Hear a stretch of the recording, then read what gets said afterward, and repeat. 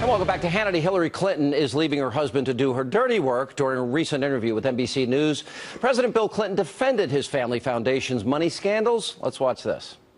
There has been a very deliberate attempt to take the foundation down. We did disclose all the foreign governments. There was no attempt to hide them. The guy that filled out the forms made an error. It's not like we didn't tell everybody who gave us the money. The guy put it on the wrong form. There's this big nefarious strategy to exercise terrible influence over the American government by talking wealthy people in countries and to give them money to help the poor people. That's the theory of the case. And I just don't believe over the long run the American people won't figure that out.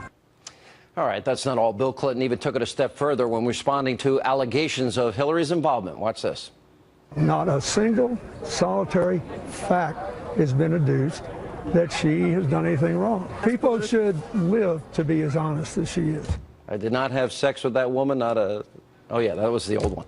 An honest Hillary Clinton. Well, I think he might have misspoke there. Joining me now, author of the new book that's out today, Clinton Cash. Peter Schweizer is with us. Peter, let me put up on the screen a recent poll question. I asked how certain words describe Hillary Clinton. Honest, 61%, that's not a good description. Likeable, 54%, not a good description. She's not viewed as honest and trustworthy. You heard Bill Clinton's defense. What's your reaction to it?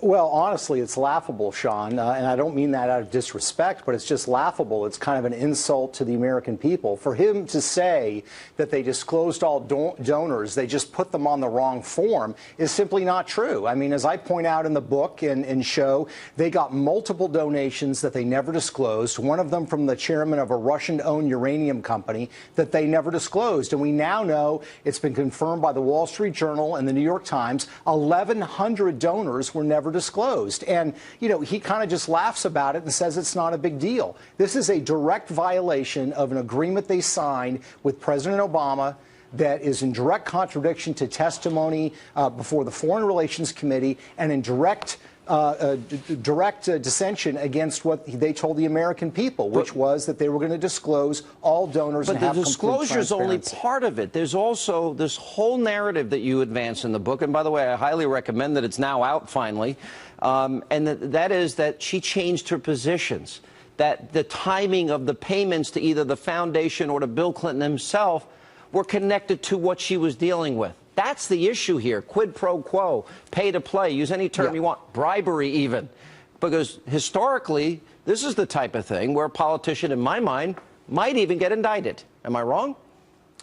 No, I think you're exactly right. And this is unprecedented, by the way. I mean, as I point out in the book, we're used to the whole issue of money in politics in America, but we're used to that being an American game. You know, American corporations, American financiers. As I point out in the book, with this infrastructure they've set up, the Clinton Foundation and the speaking fees, which I would argue are more influence payments, they've set up an apparatus where now foreign governments, foreign financiers, and foreign businesses can send them millions of dollars or tens of millions of dollars, something they can't do legally in normal campaigns, but they can do thanks to the way that the Clintons have set it up. And it is a very troubling pattern where she takes an issue on a position on an issue, a large influx of cash comes either as a speaking fee or as a donation to the Clinton Foundation, and she appears to reverse course. And if you see it one or two times, Sean, you can say it's a coincidence. Well, the Uranium One deal is the greatest example, where Vladimir Putin now has control of 20% of